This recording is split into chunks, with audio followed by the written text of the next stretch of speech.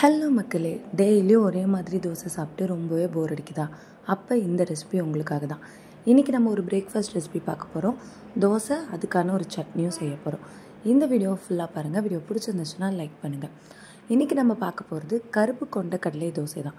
Protein ரொம்பவே அதிகமாக இருக்க தோசையை கண்டிப்பாக குழந்தைங்களுக்கு வாரத்தில் ஒரு தடவை செஞ்சு கொடுங்க. சுண்டலாக கொடுத்தா சாப்பிட மாட்டாங்கன்னா இந்த மாதிரி தோசையாக செஞ்சு கொடுத்துட்டிங்கன்னா விரும்பி சாப்பிட்டுடுவாங்க. நம்ம சேனல்லே கொண்டக்கடலையை வச்சு ஒரு குருமா குழம்பு பண்ணியிருக்கோம். அதையுமே பாருங்கள். ஒரு கப் கொண்டக்கடலையை நைட்டே ஊற வச்சாச்சு.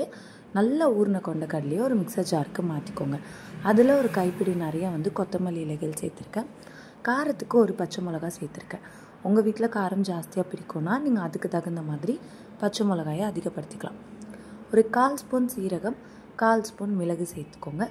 இந்த தோசை மாவுக்கு தேவையான உப்புமே சேர்த்துருக்கேன். உப்பு பத்தலைனா அதுக்கப்புறம் நம்ம சேர்த்துக்கலாம். ஒரு 3/4 பங்கு உப்பு சேர்த்துக்கோங்க இந்த ஸ்டேஜில். இது கூட ஒரு ஸ்பூன் நிறைய பெருங்காயத்தூள் சேர்த்துக்க போகிறோம். பெருங்காயத்தூள் சேர்த்ததுக்கப்புறமா கொரப்பாக ஒரு தடவை அரைச்சிக்கலாம். அரைச்சதுக்கப்புறமா இதில் 1/4 கப் ரவை சேர்த்துக்க போகிறோம்.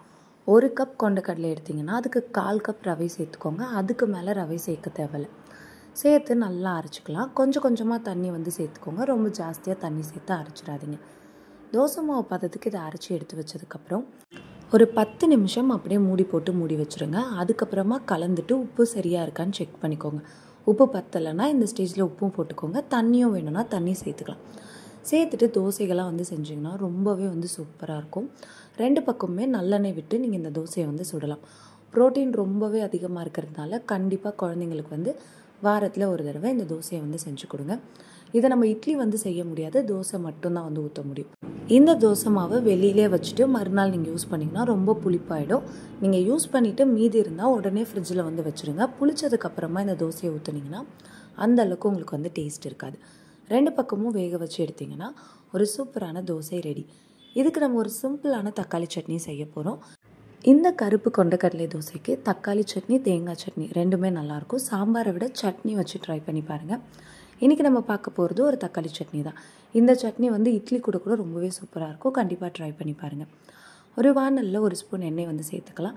நல்லெண்ணெயில் தக்காளி சட்னி, கார சட்னிலாம் ட்ரை பண்ணி பாருங்கள். டேஸ்ட் ரொம்பவே சூப்பராக இருக்கும். எண்ணெய் நல்லா சூடானதுக்கப்புறமா ஒரு ஸ்பூன் முழு உளுந்து சேர்த்துருக்கேன். நீங்கள் உடச்ச உளுந்தாக இருந்தால் 2 ஸ்பூன் சேர்த்துக்கோங்க. தோல் இருக்க உளுந்து கூட சேர்த்துக்கலாம். காரத்துக்கு காஞ்ச மிளகா, கூடவே கலருக்காக காஷ்மீரி சில்லி சேர்த்துருக்கேன். காஷ்மீரி சில்லி இல்லைன்னா நீங்கள் காரத்துக்கு காஞ்ச மிளகா மட்டும் சேர்த்துக்கலாம். ஒரே ஒரு சின்ன துண்டு இஞ்சி சேர்த்துக்கோங்க. இதில் நம்ம பூண்டு சேர்க்க போகிறதில்ல. இஞ்சியுமே நான் வீடியோவில் காட்டின அளவுக்கு கம்மியான அளவு சேர்த்தா போதும். உளுந்து நல்லா சிவக்கணும். மீடியம் ஃப்ளேமில் தான் நீங்கள் இதை ரோஸ்ட் பண்ணணும். ஹை ஃப்ளேமில் வச்சிங்கன்னா கலர் மாறிடும். உங்களுக்கு உளுந்து வறுபட்டுருக்காது. இதை தனியாக எடுத்து வச்சுக்கலாம். அந்த வானலில் இருக்க மீதி எண்ணெயில் வெங்காயம் சேர்த்துக்க போகிறோம். இப்போ இதில் 2 மீடியம் சைஸ் வெங்காயம் சேர்த்துக்க போகிறேன். வெங்காயம் ரொம்ப ஜாஸ்தியாக இருக்கக்கூடாது. தக்காளியோட புளிப்பு கொஞ்சம் இருந்தால் சட்னி எப்பயுமே டேஸ்ட் சூப்பராக இருக்கும். வெங்காயம் சேர்த்ததுக்கப்புறமா ஓரளவுக்கு கண்ணாடி பதம் வந்ததுக்கப்புறமா தக்காளி சேருங்க. வெங்காயம் வதங்காமல் தக்காளி சேர்க்கக்கூடாது. வெங்காயத்தை நான் பொடி பொடியாக கட் பண்ணல, ரஃப்பாக தான் கட் பண்ணியிருக்கேன். இப்போ ஸ்டவ்வை கொஞ்சம் ஹை ஃப்ளேமில் வச்சுட்டு நம்மளுடைய வெங்காயத்தை வதக்கி விட்டுக்கோங்க. வெங்காயம் கண்ணாடி பதம் வந்ததுக்கப்புறமா தக்காளி சேர்த்துக்கலாம். 3 தக்காளி சேர்த்துருக்கேன். மீடியம் சைஸில் இருக்க 3 தக்காளி சேர்த்துருக்கேன். உங்களுக்கு தக்காளியோட புளிப்பு வேண்டான்னு நினச்சிங்கன்னா வெங்காயம் எவ்வளோ எடுக்கிறீங்களோ அதே அளவு தக்காளி எடுத்துக்கலாம். சேர்த்து நல்லா வதக்கிக்க போகிறோம். வெங்காயம் தக்காளி நல்லா வதங்கினா தான் எப்பயுமே சட்னி டேஸ்ட்டாக இருக்கும். தக்காளியோட அந்த மேல் தோல் சுருங்கி உங்களுக்கு நல்லா அந்த தண்ணி விட ஆரம்பிக்கணும். அதுக்கப்புறமா நம்ம இதில் தேங்காய் சேர்த்துக்க போகிறோம். ஒரு 1/4 கப் தேங்காய் எடுத்திருக்கேன். ரொம்ப ஜாஸ்தியாக தேங்காய் சேர்க்கக்கூடாது. ஒரு 1/4 கப் தேங்காய் எடுத்தால் போதும். பாருங்கள், நம்மளுடைய வெங்காயம் தக்காளி நல்லா வதங்கிடுச்சு. இந்த ஸ்டேஜில் தேங்காய் சேர்த்துக்கலாம். தேங்காய் சேர்த்துட்டு ஸ்டவ்வை ஆஃப் பண்ணிவிடுங்க. அந்த சூட்லேயே நம்மளுடைய தேங்காய் வதங்கிடும். இது கூடவே கைப்பிடி நிறைய கொத்தமல்லி சேர்த்துருக்கேன். கொஞ்சமாக கருவேப்பிலை, கொத்தமல்லி தான் ஜாஸ்தியாக இருக்கணும், கருவேப்பிலை கம்மியாக இருக்கணும். உப்பு சேர்த்து நல்லா ஹை ஃப்ளேமில் ஒரு தடவை வதக்கி விட்டுட்டு ஸ்டவ்வை ஆஃப் பண்ணிவிடுங்க. அந்த சூட்லேயே நம்மளுடைய கொத்தமல்லி, தேங்காய் எல்லாமே வதங்கிட்டுருக்கும். அது ஆறுறதுக்குள்ளே நம்ம ஃபஸ்ட்டு வறுத்து வச்சுருக்க உளுந்து எல்லாத்தையுமே மிக்சர் ஜாரில் ஒரு தடவை அரைச்சிடுங்க. அப்போ தான் உங்களுக்கு நல்லா பேஸ்ட்டாக ஆகும். இல்லைனா கொரப்பாக இருக்கும் நம்மளோட சட்னி. இந்த மாதிரி ஒரு தடவை அரைச்சதுக்கப்புறமா நம்மளுடைய வெங்காயம், தக்காளி, தேங்காய் எல்லாம் இருக்கு இல்லைங்களா, அதை சேர்த்து அரைச்சிக்கோங்க. தண்ணி சேர்க்காதீங்க. தண்ணி தேவைப்பட்டால் ஒரு 1/4 டம்ளர் சேர்த்துக்கலாம்.